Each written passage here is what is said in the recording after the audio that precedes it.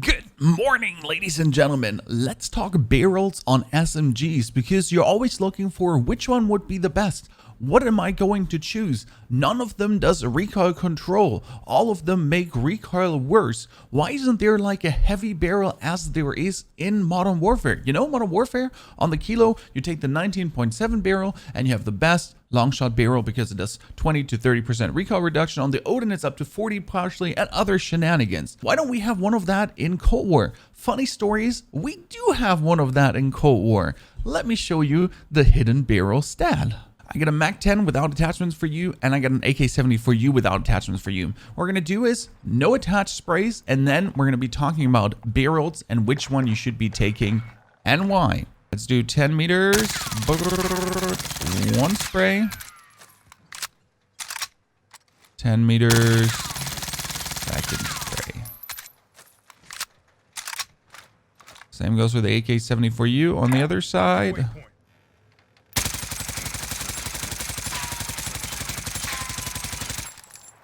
Damn, that gun has a lot of recoil. Okay. Okay,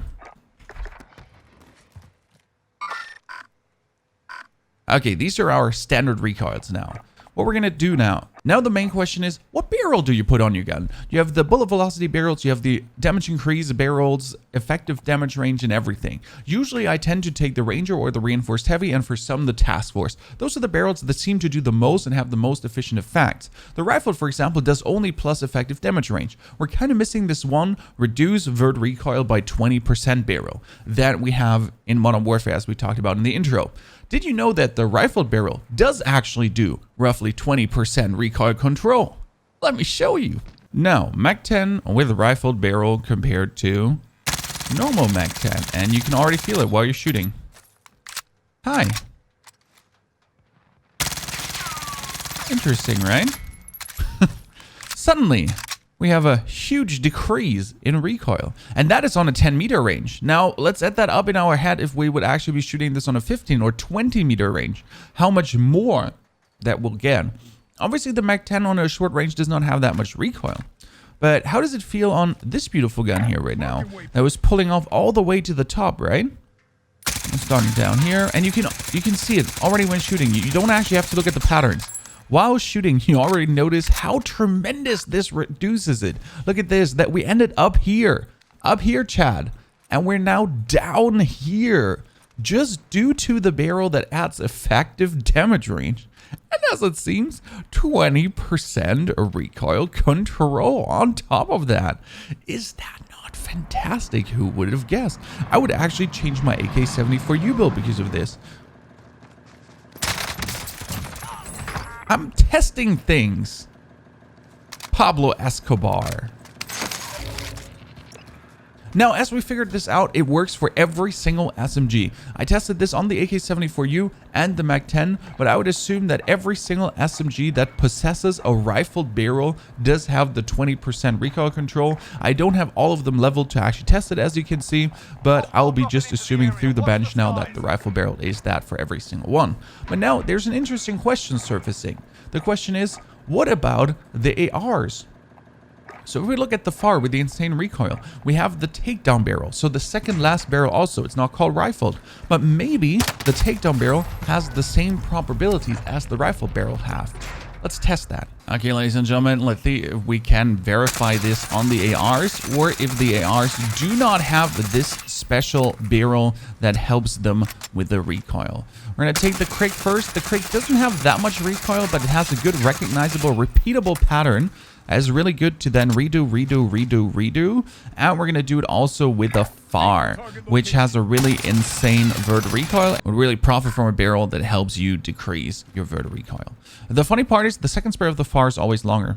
Like, it's really crazy. You've seen me, like, I've did the same thing, but the second spray is always that way longer. That's why two sprays always. Okay, so we don't have a rifle barrel, but we have the Takedown barrel, which does effective damage range. So it's the same one there on both guns. Let's put it on and check out if that actually does something. Ladies and gentlemen, Takedown barrel. Please do something. Or not. Please don't do something. Well, on the AR, on the Crick, no effect is visible. No effect is being done. So that is fantastic.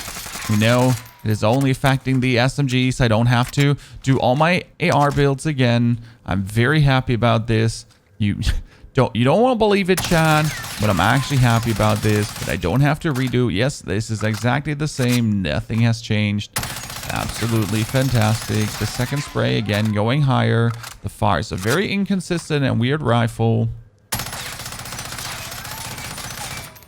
Yep, that's perfect. Nothing is being done. Everything is the same. Ladies and gentlemen, thank God. What does this mean for our MAC-10 and AK74u build now? So for the MAC-10, definitely 6.5 rifled. The effective damage range increase is fantastic, and getting like 20% bonus recoil control is great. I'm still going to go for the field agent grip, even though I have not tested this thorough how much it does. The striker does definitely not do more. It's the striker's not the bruiser grip. The bruiser grip is the bruiser grip. So right now I'd still go for field agent, but I have to do the same testing with the MAC-10 as I did with the AK74u, which will be coming soon, the MAC-10 explained, where we actually check if the field agent does something. Right now it feels like it does something, but as you've seen on the AK74u, it actually does nothing.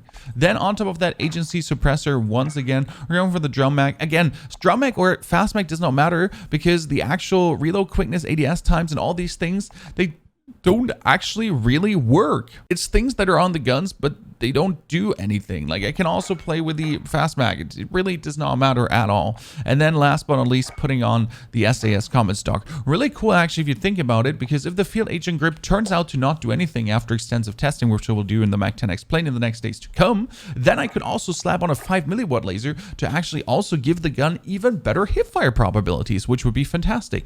So right now, we'll stay with the field agent grip until that's tested, but that's already the build I would go for. Same then for the AK74u that we built yesterday in the Explained series. I would probably change the task force because of the bullet velocity still being okay, potentially to the rifle, because the difference is already big, just making the gun even more manageable than it already is, together with a groove suppressor, which also adds a huge portion of range and bullet velocity. Then with the Spasna stock, we put on the fast mag, and last but not least, I'm going with a Microflex LED, and I'm slapping on, funny story, I bought them in the store, the blue dots. They're fantastic.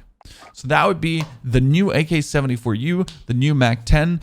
Both guns definitely have to be tested thoroughly in the battlegrounds, that we can then talk about if they do actually feel maximum better and or not.